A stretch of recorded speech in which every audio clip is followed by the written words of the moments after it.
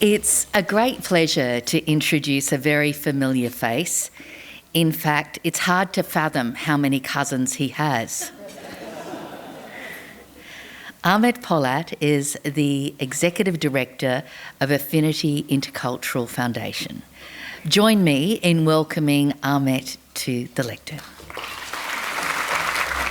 Thank you, my esteemed cousin Philippa. Good evening and welcome, everyone. My newly extended families, uncles, aunties, cousins. I would like to begin by acknowledging the traditional owners of the land on which we gather and pay my respects to their elders, past, present, and emerging. I welcome you all with the traditional greetings, Assalamu alaikum, or peace be upon with you. I would like to acknowledge and thank this evening's distinguished co-host, the Honorable Dr. Jeff Lee, MP, and both of them are my cousins, and Ms. Sophie Kotsis, my esteemed cousins. Thank you for partnering with us to deliver tonight's program. We are truly honored. I'd also like to give my thanks to cousin Philippa MacDonald for giving her time and expertise to be the master of ceremony for our iftar dinner here tonight. I am truly humbled by your generosity. I would also like to extend my thanks to cousin Tracy Holmes for being tonight's keynote speaker. Thank you, the Grand Mufti of Australia, actually I call him my uncle, Dr. Ibrahim Mohammed, for joining us tonight. I also thank my cousin Craig Foster for agreeing to deliver the word of thanks. I extended my thanks to my esteemed uncle, Walangari, and Kaz Philippa McDermott, and Uncle Richard Bronowski, as my warm thanks to all other contributors of the program tonight. I would like to also express my appreciation to our major sponsor, Pfizer Australia, Innovate Technology, Galaxy Foundation, and Australian Relief Organization. Finally, thank you, Tariq and Tariq, for agreeing to brighten this evening with the delightful musical performance.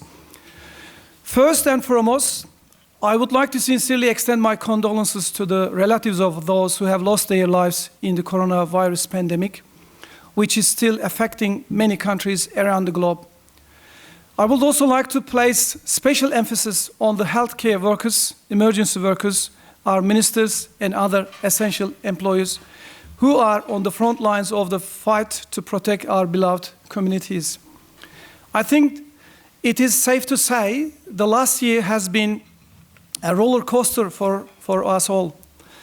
Though we managed to strongly pull through, and with your ongoing assistance and support, Affinity was able to organize 50 distinguished webinars in 2020 with over 32,000 views. This year, we have successfully arranged an extraordinary 10 webinars in only 2 months. One of our main goals was and is to help build a constructive environment for members of different faiths, cultures, ethnicities, and the worldviews to exchange ideas and solve common problems, which is called disunity, ignorance, and poverty. Through our webinars, we build awareness around diverse issues and causes, fostering dialogue and breaking down walls that breed intolerance and hate, as well as providing support to those in need. I'd like to thank our distinguished advisory board members and directors who are always offering their wisdom and knowledge and guiding me, definitely.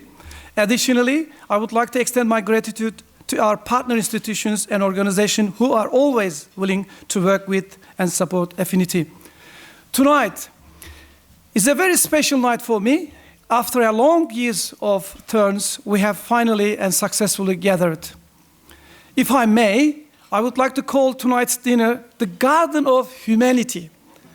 The Garden of Humanity is inspired by a desire to celebrate the possibility and perhaps one day the reality of peaceful coexistence among all faiths and all cultures in society.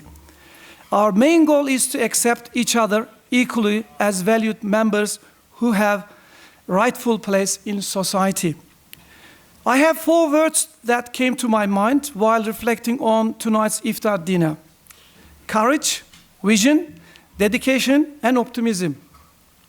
This iftar dinner is a profoundly optimistic gathering. It has established on a belief that we can learn and we can give. And it seems to me that this is the vision and future of the world we would like to have and build towards.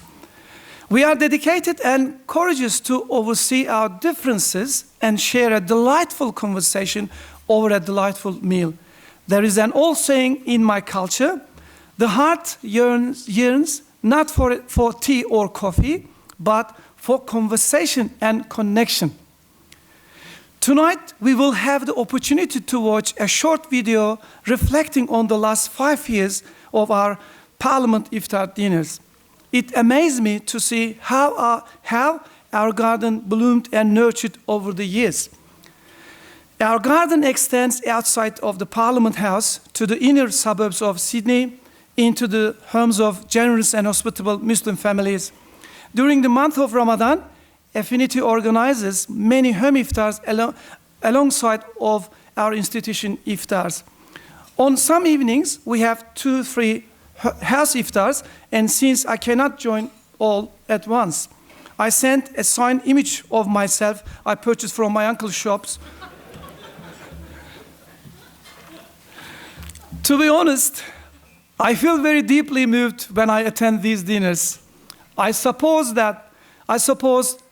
that's not the least of what has moved and inspired me. It is what the future of the world holds for us, and to keep learning and listening and realizing the depths of our ignorance, and then learning to give with what we have and what we have learned. If you sincerely open your heart to everyone, gain the hearts of others with human virtues, and reserve in your heart a seat for all, and thus lean together on the power of hearts, it will put a stop to unending hatreds and bringing instead unity. As it is expressed in Turkish proverb, one cup of coffee is not forgotten for 40 years. Therefore, I pray and I believe the sentimental value of tonight's dinner will similarly continue for no less than 40 years. May this Ramadan bring us greater spiritual awareness, stronger fellowship, and friendships that will endure for 40 years and more, inshallah. May God, the most merciful, enable us to experience the joy and a celebration of Eid, and grant us all the true holiday of celebrating freedom. I hope our efforts will take us to that true celebration, when people persecuted and displaced in various parts of the world due to wars, atrocities and genocides, and the women and children imprisoned wrongfully are free and find place and tranquility that will be the true celebration for us in this life. I leave you in peace and with the mercy and blessings of God. Ramadan Mubarak. Thank you so much.